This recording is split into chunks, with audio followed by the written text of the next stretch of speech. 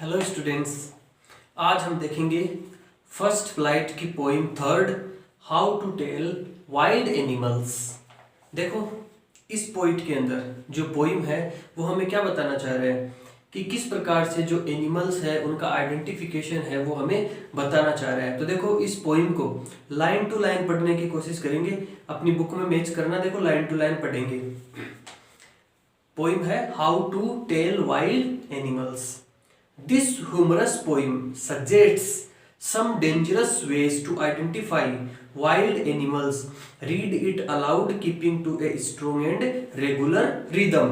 देखो, ये जो पोइम है, इस पोइम के अंदर जो पोइट है वो हमें कई प्रकार के जो डेंजरस वेज बताता है कि किस प्रकार से हम जो वाइल्ड एनिमल्स है उनका आइडेंटिफिकेशन कर सकते हैं। तो देखो, सबसे पहले फर्स्ट स्टेंजा में है, क्या बताया गया, if ever you should go by chance to jungles in the east, and if there should to you advance a large and tawny beast, if he roars at you as you are dying, you will know it is the Asian lion. देखो, जो poet है first stanza में क्या कहना चाह रहा है।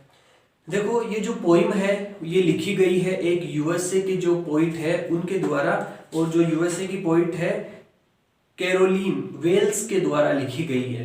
तो देखो, if you ever should go by chance to jungle in the east, by chance का मतलब होता है कोइंसिडेंटली, मतलब संयोग से। यदि आप जंगल के अंदर ईस्ट की ओर जाओगे, तो देखो यहाँ पे जो पोइट है उसने ईस्ट क्यों कहा है, क्योंकि ये जो पोइट है ये लिखने वाली है यूएसए की, और ये जो आई मीन कहने का मतलब ये जो एशियन लॉयंस है वो कहाँ पे पाए जाते हैं, या तो साउथ अफ्रीका में या इंडिया में, इंडिया के गिर नेशनल फॉरेस्ट में पाए जाते हैं। तो यूएसए से वो क्या है, ईस्ट साइड में है, तो इसलिए ईस्ट लिखा गया है। And if there should to you advance a large and tawny beast, tawny का मतलब होता है yellow and brownish, yellowish and brownish colour.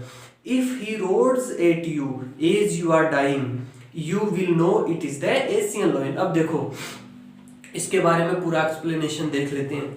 यदि आप बाय चांस, यदि संयोग से या किसी कारणवश यदि आप जंगल के ईस्ट पार्ट में चले जाते हैं, and there should you to advance a large tawny beast, यदि आप वहां पे देखते हैं, क्या देखते हैं, एक बड़ा सा ब्राउन कलर का, येलोविश कलर का, जो आप बैकग्राउंड में देख सकते हैं, इस कलर का एक लोयन जो आप बैकग्राउंड में देखो पिक्चर।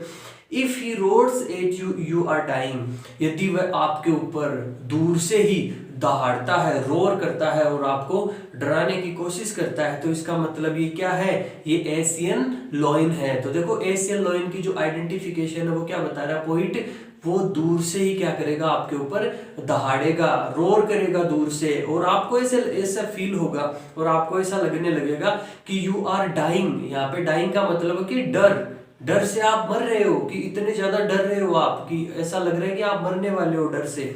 तो एशियन लॉयन का जो आइडेंटिफिकेशन है वो जो पोइट है वो क्या बता रही है कि you are dying, you will know it is the Asian lion. यदि कोई भी क्रिएचर, और जब आप ईस्ट पार्ट में जाते हो तो कोई भी क्रिएचर यदि आपके ऊपर तेजी से दहाड़ता है और आप उस दहाड़ से ऐसे लगता है आपको कि मैं मरने वाला हूं डर से, तो उसका आइडेंटिफिकेशन क्या है, वो एक एशियन लॉयन हो सकता है। अब देखो, सेकेंड स्टेंजा में क्या है, और if some time when roaming round a noble wild beast greets you with black stripes on a yellow ground, just notice if he eats you. This simple rule may help you learn the Bengal tiger to discern। अब देखो, second stanza में जो poet है वो क्या कह रही है, सेकंड स्टेंजा में पोइट ये कह रही है कि यदि कोई भी क्रिएचर आपको जंगल के अंदर ऐसा मिले, वो क्या कर रहा हो, रोमिंग अराउंड, मतलब अपनी ही मस्ती में इधर उधर घूम रहा हो। A noble wild beast greets you. अब यहाँ पे ग्रीट का मतलब क्या होता है, अब ग्रीट का मतलब ये नहीं है कि जो टाइगर है वो आपको क्या करेगा, ये जो बंगाल टाइगर है वो आपको ग्रीट करेगा कि हेलो कैसे हो, आओ चाय लीजिए, ठंडा लीजिए ना। ग्रीट्स का मतलब क्या है, a noble wild beast greets you का मतलब है कि वो आपको क्या नहीं करेगा, हर्ट नहीं करेगा, वो अपनी मस्ती में इधर उधर घूमेगा।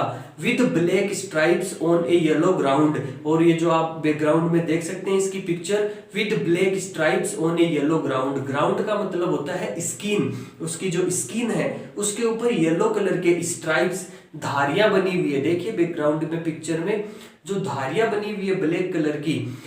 Just notice if he eats you, और यदि आप नोटिस करोगे कि वो शांति से घूमता हुआ इधर उधर अपनी मस्ती में घूमता हुआ और आपको ग्रीट करता हुआ आपके ऊपर क्या करेगा, आपको पता भी नहीं चलेगा और आप पे क्या कर देगा, अटैक कर देगा, और आपको खाने के लिए आपके ऊपर क्या करेगा, अटैक करेगा। दिस सिंपल रूल में help you learn the Bengal tiger to discern. ये एक सीधा सा जो रूल है वो क्या करेगा, आपको आइडेंटिफाई कराएगा किस चीज की, कि ये क्या है, बंगाल टाइगर है। डिसन का मतलब होता है आइडेंटिफाई। ठीक है, अब देखो लोयन और बंगाल टाइगर दोनों में क्या डिफरेंस हो गया। जो लोयन है वो क्या करेगा, दूर से दहाड़ेगा अर्थात आवाज करेगा, लेकिन ये जो बंगाल टाइगर है वो बिल्कुल भी नहीं बोलेगा, ये अपनी मस्ती में रोमिंग करेगा। अचानक क्या करेगा, आपके ऊपर अटैक करके आपको मारने की कोशिश करेगा। अब देखो पोएम के थर्ड स्टैंजा में, if strolling fourth A beast you view whose hide with spots is peppered, as soon as he has leapt on you, you will know it is the leopard. 'Twill do not good to roar with pain, he will only lap and lap again. अब देखो पहले जो identification देखी थी वो हमने किसकी देखी थी, लोयन की, दूसरी देखी थी बंगाल टाइगर की, अब तीसरी हम देखेंगे if strolling fourth. Strolling fourth का मतलब होता है अपने पैर के ऊपर या वंडरिंग करना, रोमिंग करना, मतलब अपनी मस्ती में घूमना। ठीक है, सिंपली वॉकिंग करना। ठीक है, ए बीस्ट यू व्यू, यदि आपको कोई एक ऐसा क्रिएचर दिखता है वाइल्ड के अंदर, जंगल के अंदर, whose hide, हाइड का मतलब होता है स्किन, विद स्पॉट्स, स्पॉट्स का मतलब आप बैकग्राउंड में देख पा रहे हैं, जो मेरे पीछे जो पिक्चर है उसमें जो लियोपार्ड है उसके ऊपर जो dot dot dot dot black colour के बने हुए हैं उसको स्पॉट्स बोलते हैं।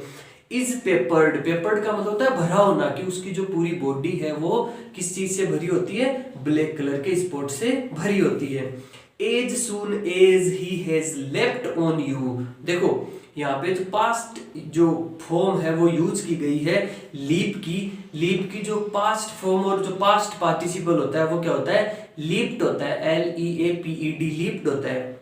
लेकिन पोइट ने पोइटिक लाइसेंस यूज करते हुए यहाँ पे क्या किया है, इस वर्ड को अलग तरीके से यूज किया है, LEPT ऑन यू, है ना। तो लेफ्ट वर्ड यूज किया गया है, ये पास्ट पार्टिसिपल की तरह यूज किया गया है, लेकिन लीप का जो पास्ट पार्टिसिपल है वो लेफ्ट नहीं होता, उसका जो पास्ट पार्टिसिपल है वो लेफ्ट होता है, LEAPED। लेकिन यहाँ पे पोइटिक लाइसेंस से ये यूज किया गया है। अब देखो, you will know it is the leopard, the will do not good to roar with pain, he will only lap and lap again। अब देखो जो एशियन लॉयन है वो दूर से दहाड़ेगा और जो बंगाल टाइगर है वो क्या करेगा, अपनी मस्ती में घूमेगा, जैसे ही मौका मिलेगा आपके ऊपर अटैक करके आपको खाने की कोशिश करेगा। लेकिन जो लियोपर्ड है उसके बारे में जो पॉइंट क्या कर रहा है, इफ ही स्ट्रोलिंग फोर्थ, ये क्या करेगा, अपनी मस्ती में घूमेगा, और उसकी जो पहचान है, जो अपीरियंस है वो उसका बताया गया है कि उसकी बॉडी के ऊपर येलोविश ब्राउन बॉडी के ऊपर ब्लैक कलर के स्पॉट्स मिलेंगे। लेकिन as soon as he leapt on you, ये आपके ऊपर क्या करेगा, झपटा मारने की कोशिश करेगा, आपके ऊपर छलांग लगाने की कोशिश करेगा, फिर आपके ऊपर अटैक करके आपको क्या करेगा, मारने की कोशिश करेगा। यदि ऐसा क्रिएचर, यदि ऐसा कोई भी प्राणी बीट्स आपको यदि जंगल में मिलता है तो उसकी जो पहचान है वो क्या होगी, लियोपर्ड। तो तीनों का देख लिया आपने, और जो तीनों की जो आइडेंटिफिकेशन है फिजिकली वो मैंने आपको बैकग्राउंड में दिखा दिया है।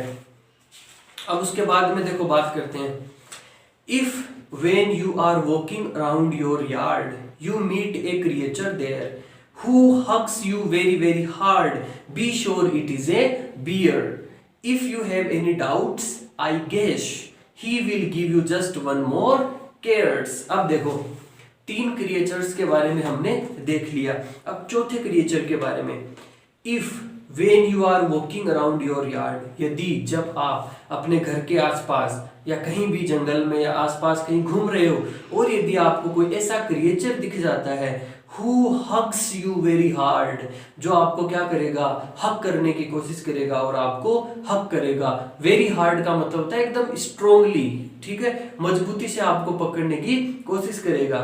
B sure it is a bear, और क्या करो, उस टाइम पे क्या हो जाओ, एकदम श्योर हो जाओ कि ये क्या है, एक भालू है। If you have any doubts I wish he will give you just one more cares, यदि फिर भी आपके अंदर कोई डाउट होता है तो वो क्या करता है, आपको एक बार फिर से स्ट्रोंगली पकड़ने की कोशिश करेगा, फिर उसके बाद में क्या करेगा, आपको एक मोर केयर्स, केयर्स का मतलब होता है जेंटल, मतलब जेंटली किसी को स्पर्श करना या किसी को प्यार से ऐसे सहलाना, ठीक है। तो केयर्स का मतलब ये होता है ये जेंटल टच, ठीक है, ऐसे प्यार से किसी को ऐसे जेंटली टच करना। तो देखो जो बीर है, जो भालू है, वो आपको क्या करेगा, वो आपको मारने की कोशिश करेगा। कैसे, वो आपके ऊपर अटैक नहीं करेगा, लेकिन वो आपको प्यार से गले से लगाएगा फिर, और स्ट्रोंगली आपको क्या करेगा, आपको मजबूताई से पकड़ के आपको मारने की कोशिश करेगा। ये जो आइडेंटिफिकेशन है वो किसका है, ये बियर का है, भालू का। दो to distinguish beasts of prey a novice might nonplus the crocodile you always may tell from the hyena thus hyenas come with the merry smiles but if they weep they are crocodiles। अब उसके बाद में देखो क्या है, अगले जो creature की जो पहचान है, वो जो पॉइंट है वो क्या बता रही है, दो to distinguish beasts of prey a novice might nonplus. Novice का मतलब क्या होता है, नोविश का मतलब होता है a person who just joint A company, मतलब बोलते हैं ना उसको, जैसे नवसीखिया कि किसी चीज से एकदम क्या है, अनएक्सपीरियंस्ड है, अभी अभी सीखने वाला है ना, ट्रेनी जिसको बोलते हैं। और क्या बोल सकते हैं उसको, न्यू टू ए जॉब, कि कोई भी ऐसा बंदा जो अभी अभी किसी काम को करने के लिए आया है, या कोई नया आदमी किसी काम से जो स्ट्रेंजर है उसको बोलेंगे। तो देखो ए नोविस माइट नॉन पल्स, देखो कोई नया होता है किस चीज के लिए, जंगल के लिए। यदि कोई नया इंसान होता है और उसको पता नहीं होता कि जंगल में किस प्रकार के बीट्स रहते हैं, तो उन लोगों के लिए, जो नए लोगों के लिए, उन प्रकार की क्रिएचर्स में क्या करना, उनका आइडेंटिफिकेशन करना इतना इजी नहीं होता। The crocodile you always may tell from the hyena दस, कि जो क्रोकोडाइल है और जो हाइना है उसके बारे में बता रहा है कि जब भी कोई भी ऐसा क्रिएचर आपके सामने आके आपको स्माइल दे तो ये कौन है, ये हाइना है। और यदि कोई भी क्रिएचर यदि आपके सामने आके आपको लगे कि उसकी जो आंखें हैं वो एकदम नम है, वेट है, और उसकी आंखों में आंसू है, तो वो कौन है, क्रोकोडाइल है। और हाइना और क्रोकोडाइल मैंने आपको बैकग्राउंड में दिखा दिए। The true chameleon is small, a lizard sort of thing. He hasn't any ears at all and not a single wing. If there is nothing on the tree, this the chameleon you see। अब देखो the true chameleon is small। chameleon क्या होता है, chameleon वो होता है जो पेड़ों पे रहता है, और जैसे जिस सरफेस पे वह रहता है उसी सरफेस के अकॉर्डिंग अपना जो कलर है वो चेंज कर लेता है, उसको कैमेलियन बोलते हैं। तो देखो the true chameleon is small, जो एक वास्तविक जो कैमेलियन होता है वो एक छोटा क्रिएचर होता है। ए लिजार्ड सॉर्ट ऑफ थिंग, जो लिजार्ड होती है उसी की एक शॉर्ट फॉर्म होती है। He hasn't any ears, और उसके कोई कान नहीं होते, and not a single wing, और उसके कोई पंख भी नहीं होते। इसकी जो पिक्चर है मैंने आपको बैकग्राउंड में दिखा रखी है। If there is nothing on the tree, यदि पेड़ के ऊपर, जब ऑटम सीजन होती है, पेड़ों के पत्ते गिर जाते हैं, उस टाइम पे पेड़ों के ऊपर नहीं तो पत्ते होते हैं नहीं फ्रूट्स होते हैं, लेकिन उस टाइम पे जो कैमेलियन होता है वो क्या होता है, अपने घर में अर्थात पेड़ों के ऊपर अपने नेचुरल हैबिटेट में रहता है, पेड़ों को नहीं छोड़ता। तो ऑटम सीजन में भी हम क्या देख सकते हैं, जब पेड़ों के ऊपर पत्ते और फ्रूट्स नहीं होते, उस टाइम पे भी हम क्या कर सकते हैं, कैमेलियन को वहां पे देख सकते हैं। तो ये जो कैमेलियन है उसका आइडेंटिफिकेशन बताया गया कि कैमेलियन के अंदर ये जो क्वालिटी होती है कि जिस सरफेस पे या जिस एरिया में या जिस तरह के नेचर में वह रहता है, वह अपना कलर उसी के अकॉर्डिंग अकोमोडेट कर लेता है। अब उसके बाद में देखते हैं, उसके हार्ड वर्ड्स। तो इस जो पोइम है उसमें कोई ज़्यादा हार्ड वर्ड्स नहीं है, लेकिन फिर भी देख लेते हैं। देखो फर्स्ट स्टेंजा में जो हार्ड वर्ड्स है वो है टाउनी। टाउनी का मतलब होता है येलोविश एंड ब्राउनी। फिर उसके बाद में जो सेकंड स्टेंजा में है रोमिंग राउंड। रोमिंग राउंड का मतलब होता है घूमना। स्ट्राइप्स का मतलब होता है ब्लैक स्ट्राइप्स, मतलब ये जो बंगाल टाइगर है उसकी जो बॉडी के ऊपर जो बनी हुई स्ट्राइप्स है उसको बोलते हैं। डिशन का मतलब होता है आइडेंटिफिकेशन। लेफ्ट के बारे में हमने डिस्कस कर ही लिया था। स्ट्रोलिंग फोर्थ का मतलब होता है वेंटरिंग करना, वॉकिंग करना। लेप एंड लेप का मतलब हमने बता ही दिया था, इसका मतलब होता है झपटा मारना, छलांग लगाना। नॉन पल्स का मतलब होता है कंफ्यूज्ड, और नोविश का मतलब होता है नवसिखिया, मतलब किसी चीज से अनएक्सपीरियंस्ड हो, अब तक उसको किसी चीज का एक्सपीरियंस नहीं हो। और उसके अलावा कोई इसमें हार्ड वर्ड्स नहीं है।